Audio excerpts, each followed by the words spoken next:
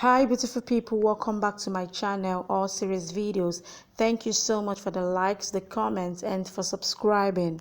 If you're new here, please subscribe to this channel and don't forget to click on the notification button to get notified anytime I drop a new video. In this video, I'll be updating you on Once There Was a King full story summary plot. Let's go. This series is set in 1940s. In 1945, Ranaji returned to Ameerkot after 6 years of fighting the war against the British. Gayatri is the daughter of a rich zamindar. On the other hand, Rana and Raja Ranaji is the king of Ameerkot, who has been traumatized after his first wife, Sulakshana, died. Ranaji's mother, Rajmata, has a debt to pay to Gayatri's father, so she offers Ranaji's hand in marriage instead. Unwillingly, Ranaji marries Gayatri. After marriage, Ranaji and Gayatri slowly form a bond. However, challenges are presented by family members like Badirani, a woman pretending to be Salakshana, Avdhesh, and Rajeshwari, and so on. Due to Badirani and Rajeshwari, Ranaji marries Rajeshwari and loses his memory and forgets Gayatri. Gayatri is thrown off a cliff by Badirani. She is then saved by Lakan and then disguises as Savitri to help Ranaji regain his memory. On the other hand, Chandravardhan's son discovers that Gayatri is alive. He tells Badirani this truth before he dies due to a spear passing through his chest during a performance at a festival of colors. Badirani later confirms and realizes it is true. She tries to bring Ranaji and Savitri together in order to expose Savitri as Gayatri to King Ranaji. On the day, she wants to reveal the truth about Badirani and Rajeshwari to King Ranaji. Badirani poses so many threats, all to no avail, such as planting a bomb in Gayatri's carriage and even sending a man to kill the priest who has come to testify against Badirani.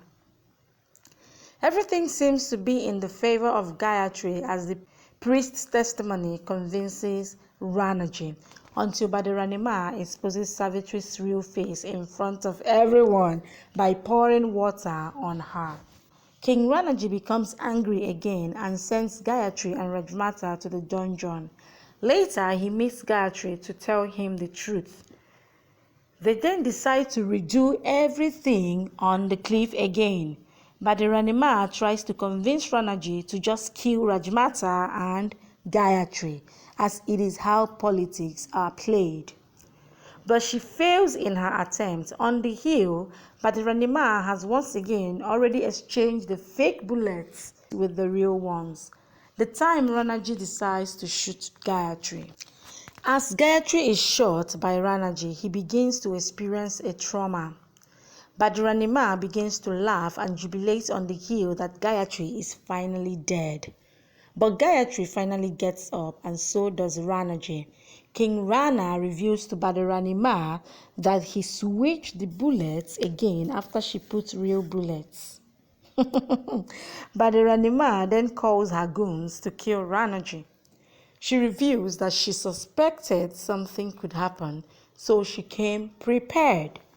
But Rajmata intervenes the scene with her own guards, who arrest Badirani goose. Badirani then removes a big gun from clothes and points it at King Ranaji's face. All hope seems to be lost until Swaleka and Lakan throw a stick at Badirani head. Knocking her out, Badirani and Rajeshwari are sent to the dungeon.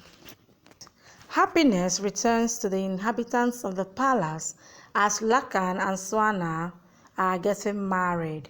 But with the help of her son, Chandravardhan, the vengeful Badirani comes to grace the occasion with a jungle man named Kal. Kal kills Ranaji during a face-off. He also throws a knife at Swaleka as he tries to kill Gayatri by Badaranima's order. Lakan saves Gayatri and they escape along with Rajmata from the palace. Later, Swarna wakes up to find dead bodies everywhere, including King Ranaji. Badaranima imprisons Swarna until she gives birth to Lakan's child. Gayatri steals Ranaji's body from his burial conducted by the deceitful Badaranima. She then gives him a proper burial among the loyal men of Amekot. She then rescues her mother from Badaranima, who wishes to use her mother to get to Gayatri by threatening to hang the mother if Gayatri does not come in front of her. After 9 months, Gayatri gives birth to a baby girl. During these 9 months, the women were trained by Rajmata to fight, since King Kal had decreed that any pregnant woman should be killed in search of Gayatri. After giving birth to her child, she goes to the palace with her baby, Rajmata, Lakan, and her army to fight Badaranima and Kal. Meanwhile, Kal becomes the king of Amekot, supported by Queen Mother Badaranima, since she had a dream when Kal threatened her to become the king of Amekot. Meanwhile, her son, Chandravardhan, was expecting to be king. While Gayatri triumphed in finishing Kal off and reclaiming the throne of Amekot, Badaranima goes to beg Gayatri, but Gayatri does not believe her. She kicks her away. When the queen grandmother regains consciousness, she tries to kill Gayatri's baby, who is tied to her back, but stabs Gayatri instead. But before Gayatri falls down, she also leaves Badaranima with a gift. She renders her handicapped by cutting one of her hands with a sword. Kal finishes off Gayatri and she dies, while Rajmata and the baby escape. Ranaji and Gayatri reunite in heaven. Rajmata and the baby girl are met by Chandravardhan, who has orders from his mother, Badaranima, to kill them. He then spares their lives as Rajmata is able to convince him that Queen Grandmother Badaranima will never give him the throne, that she has given it to Kal, an outsider, instead of her own son. Rajmata, Lakan, and the baby girl are in a vehicle to another place. They named the baby girl Rani. 7 years later, India has gained independence and the British officials have left. Gayatri's and Ranaji's daughter Rani grows up under Rajmata's care. She goes to the royal palace to work as a servant and befriends Raja Jivan and Bindu. Raja and Vijan are Kal's sons, and Bindu is Swaleka's and Leka's unaware daughter. Kal has become the king.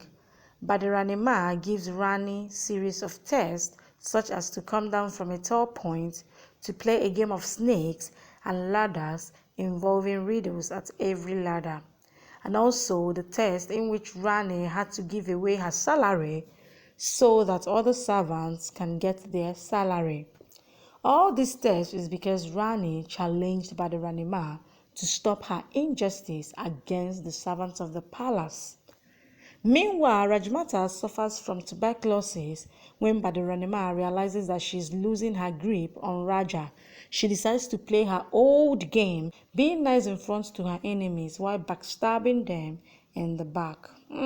Wicked grandmother ever, like the highest wicked grandmother I've ever seen.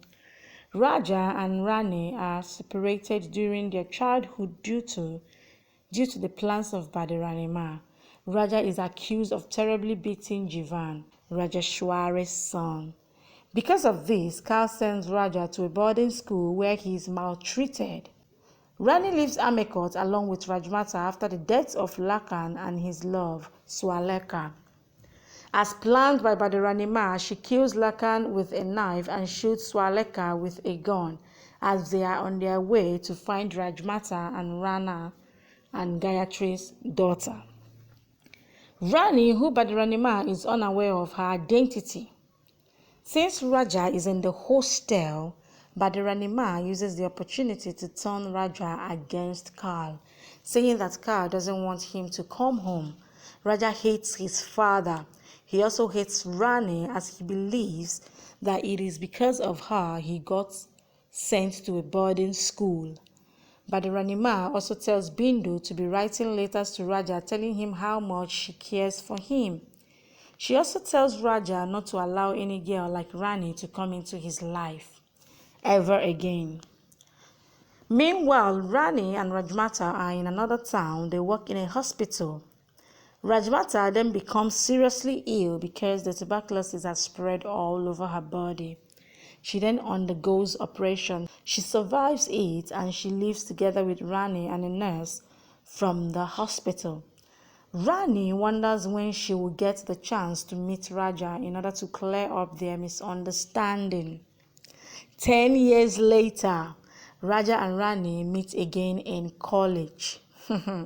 This time, when Raja meets Rani, he starts to create trouble for her as he believes that Rani was responsible for sending him to a boarding school. However, they gradually fall in love. On the day of their wedding, Raja finds out that Rani is Ranaji and Gayatri's daughter, and they were murdered by Kal and Badaranima, but they marry anyway. Raja imprisons Kal and Badaranima dies while trying to kill Rani. Bindu is also arrested. Rani avenges her parents' murders. Some months later, Nawab Khan enters their life, bringing a new challenge for Raja and Rani. He accuses Raja of killing his fiancée, Zahira. Later, it is revealed that Jivan was the one that killed Zahira. But only Jivan, Raja's brother, and Shusti, Raja's college friend, knew about this secret, since they were the ones that buried the lady. They lied to Rani that no accident took place. Although Shusti wanted to tell the truth, he was threatened by Jivan. Ibal decides to punish Raja by shooting him at a cliff. Raja then falls down the cliff in Rani's presence. 4 months later, Raja returns, saved by Bindu. He sees Rani and Iqbal together. It is then revealed that Rani is pretending to love Iqbal to avenge Raja's death, unknowingly that Raja is actually alive. Meanwhile, Raja seeks revenge from Rani and Iqbal, disguising himself as Angad, Bindu's husband. But Rani recognizes him. Iqbal continues to plot against them, and Raja starts to hate Rani. Iqbal forces Rani to shoot Raja against her will. As Raja runs away from Iqbal goons, he survives as he is saved by a Don. Raja begins illegal work for the Don, in which he harms 3 police officers. Iqbal takes Rani along with him in his car to see the weak Raja. They spot Raja near the ocean trying to kill himself with a gun. Rani takes the opportunity to cause an accident as she dragged the steering wheel with Iqbal. Iqbal dies in the accident and Rani dies in a hospital. Raja falls in bad company and becomes associated with criminals, still believing Rani deceived him and unaware that she is dead. 10 years later, Raja is now a Don in Mumbai and starts to live with Laila, the daughter of another Don. Naina, Rani's look-alike, is a junior artist in films and lives with her mother and sister. Raja thinks that Naina is Rani and starts to hate her. On the other hand, Vijay, a police officer, likes Naina. Raja learns that Rani is dead and that Naina is her look-alike, but still dislikes her as she reminds him of Rani. Gradually, his attitude towards Naina normalizes and a love triangle develops. On the day of his wedding to Laila, Raja calls it off. Laila blames Naina. Naina encounters Rani's spirit that helps her prove to Raja that Rani was innocent and sacrificed herself to avenge him. Vijay tries to rape Naina and breaks her legs. Laila uses this to try and defame Naina, but Raja marries Naina to protect her. Laila attacks Naina on several occasions but finally dies as she is eaten by crocodile in the water. A trap which she had set for Naina. Good for her. Raja thinks he's getting a fresh start in life and starts to love Naina and takes her on a honeymoon to Goa. Here he meets Rani's spirit, who now becomes a ghost and has turned dark. Rani wants Raja to unite with her in the spirit world. Rani's spirit is revealed to be controlled by Badiranima's spirit. All the inhabitants of the palace come to know of the return of Rani and Badiranima. Badiranima attacks the family of Priyamvada on several occasions as she had told Rajmata that she wants to play with them for a few days before she kills them. Her attacks range from making Naina to dance, trying to turn Naina to stone, putting Vikrant, Laila's younger brother, in a box, trying to kill Priyamvada, locking Naina in a bottle, etc. Priyamvada is able to rescue Rani from Badiranima's spell as she helps Rani to attain salvation, and Rani goes to the spirit world. Finally, with the help of the priest, they are able to trick Badirani that Rajmata is dead.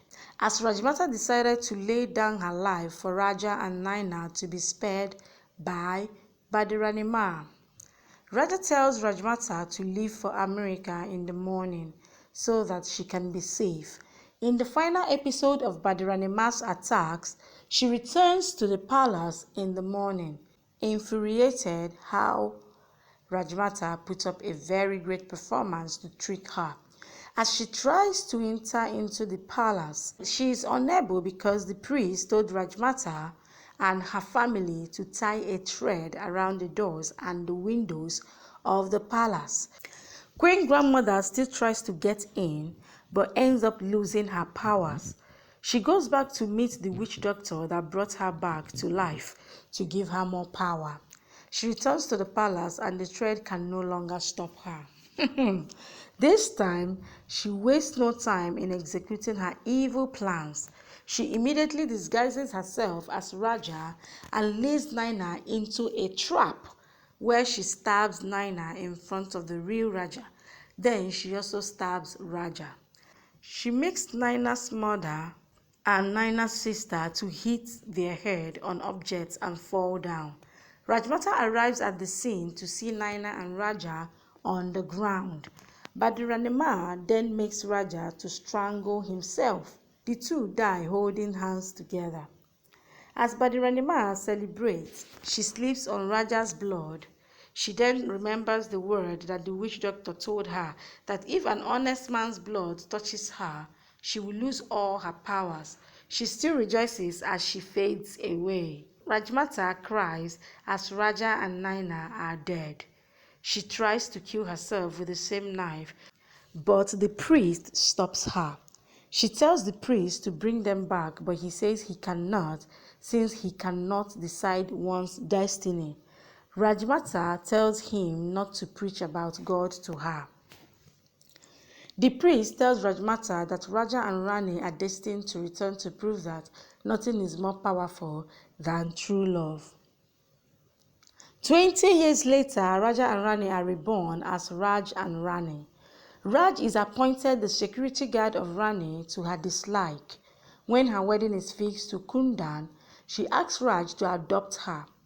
Raj and Rani end up in Amekot, and Rani feels a strange connection to the place. She finds Rani Gayatri's diary and pursues Raj. Raj is then told to kill Rani to save his brother Dev, who is being held captive by Rani's aunt Anandi.